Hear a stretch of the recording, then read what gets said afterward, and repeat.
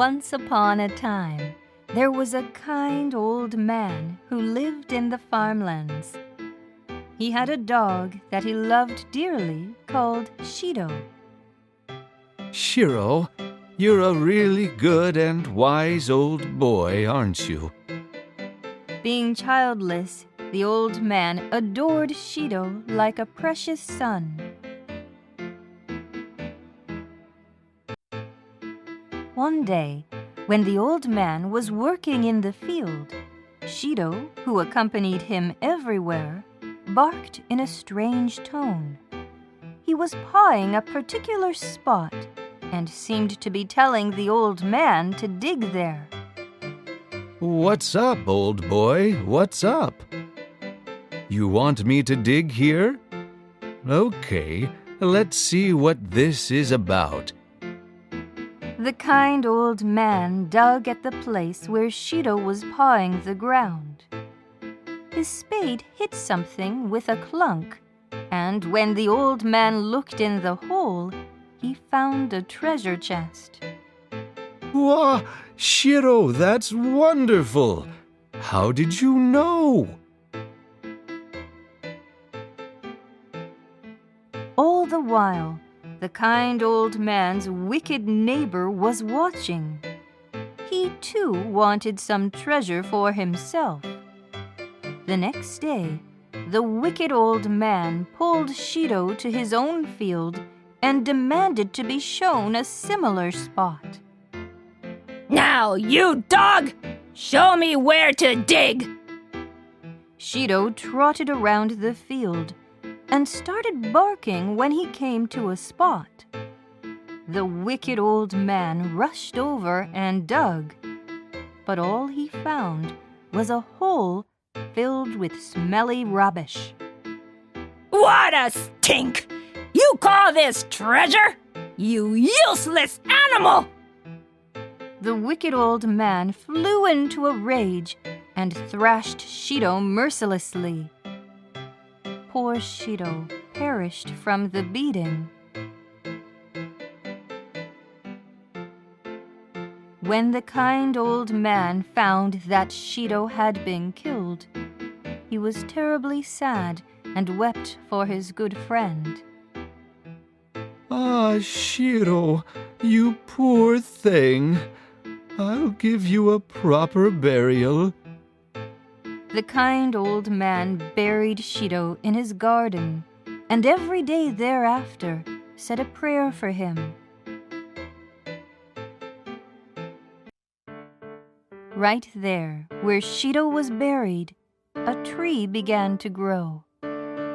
Treating the tree as he had treated Shiro, the kind old man nurtured it carefully. I will take care of you, just as I did for Shiro. Through his love and care, the tree grew steadily. However, every time the wicked neighbor looked at the beautiful tree, he was reminded of Shiro. His response to this was to become angrier and angrier. Huh! Now it's big enough to block my view! Drat! I'll just cut it down!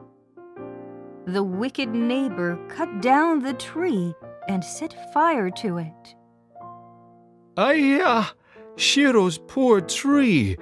After I've taken so much care of it, why? Ha! Such a worthless thing! It's blocking my view! Could you at least let me have the ashes?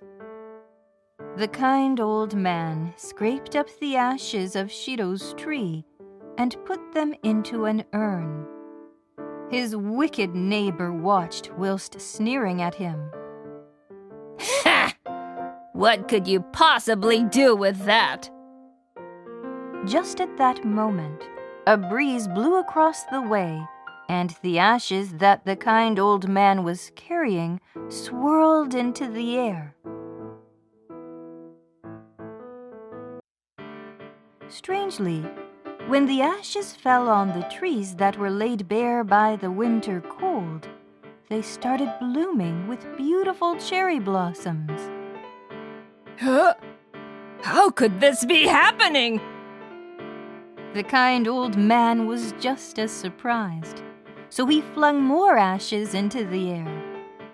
Wherever the ashes settled, flowers started sprouting, even though it was the middle of winter. That's amazing! Could it be the dog's spirit that's doing all of this? The kind old man was jumping around happily and scattering the ashes. Make the dead trees blossom! Make the dead trees blossom! Just then, a nobleman came by. My goodness, that's wonderful. Is it a magic powder or your joy making the trees bloom? The nobleman was very impressed and equally overjoyed by the sight. He decided to immediately reward the kind old man for his strange life-giving ability. Drat! Why is it always him who gets the good things?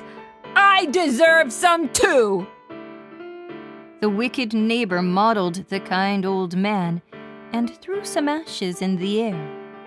Unfortunately for him, the ashes landed on the nobleman's fine clothes.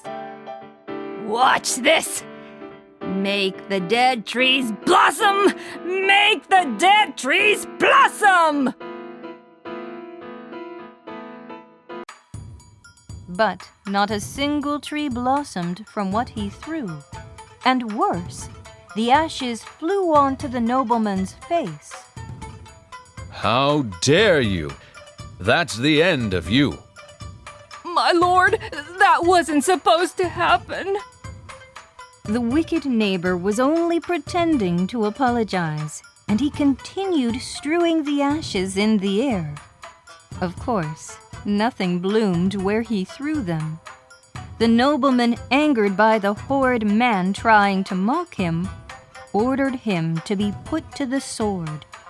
Such was the power of noblemen in those days, and the wicked neighbor's evil deeds brought him punishment in the end. The end.